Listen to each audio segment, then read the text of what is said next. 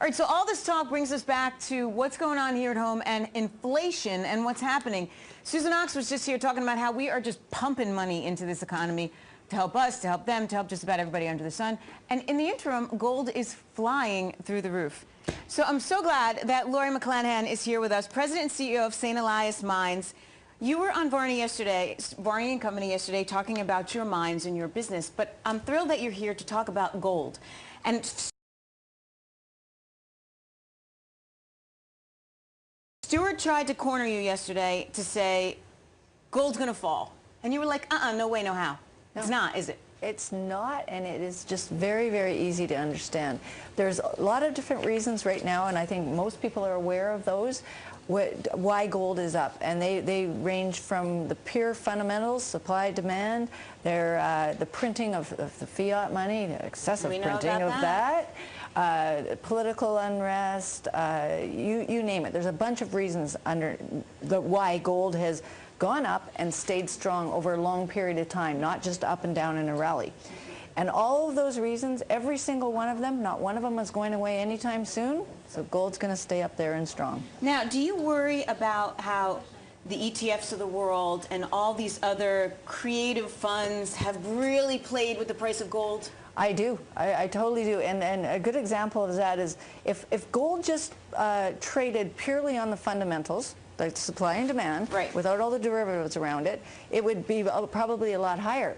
And an example of that is moly.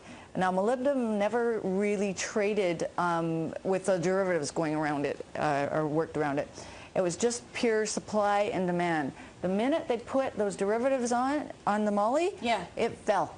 You can look at a chart, went right down. But why? Because of the access to it. That's exactly right, yes. Yeah, and therefore increased the supply, killed, and which is happening with a lot of our commodities. Yeah. But gold is so strong, it's even ignoring the derivatives right now. So where do you see gold going? I don't give price predictions. I will say that what I truly believe is that it's going to stay strong for a long time and up there, and it will go a little bit higher or maybe a lot higher. I don't give price predictions. One of the things we talked about, and you were on your way out yesterday on Stuart, was how gold replaced the dollar, or the dollar replaced gold. Yes. Okay, but are we coming back? You know, there are a lot of communities in this country, and there's actually, if I'm not mistaken, I want to say Utah, and I don't think that's right, cities that are saying you can trade in gold now. Use gold as your currency. We'll take it at the local 5 and dime. Well, there's a lot of famous people in history that have quoted. J.P. Morgan, for one, has said gold is money. That's it. And even Alan Greenspan had said it's the ultimate form of payment. In 1944, gold was the only thing that could buy anything in Germany. They didn't take paper money or anything else. And excessive printing of that is in nobody's favor of the money. And gold, the paper money was originally, everybody has to remember, it was put in place in 1913 by the Federal Reserve, and it was to replace, nobody wanted to carry around heavy gold in their pocket. Right. So they said, well, let's just put a piece of paper there, and that piece of paper had stated on it, the bearer has the right to buy $50 of gold with this one piece of paper. And that, over the years, went off the gold standard, went away, and then everything just went crazy. So how do you suggest people invest in gold these days? Buy the block? I would say either buy a gold mining company, a major gold mining company, because they're very, very safe. They're producing and they've got the assets. We can't buy St. Elias, can we? Well, St. Elias is a junior exploration company. Anybody can buy it, sure, and I'd love them to buy it because, of course, I'm the president of it and I promote it all the time. But you've got your choice of ways to. You can directly invest in gold and gold bars, or you can buy majors that are producing, and that's a very, very safe way. The other one is my company, which is St. Elias Mines. It is junior exploration company, but why do people invest in these junior exploration companies?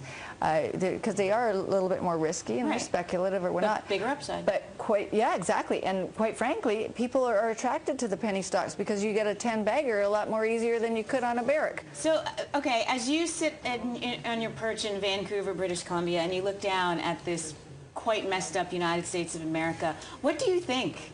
You know, I mean, the pipeline is a perfect example of how... Oh, I know what I think, but I wouldn't know how to get there.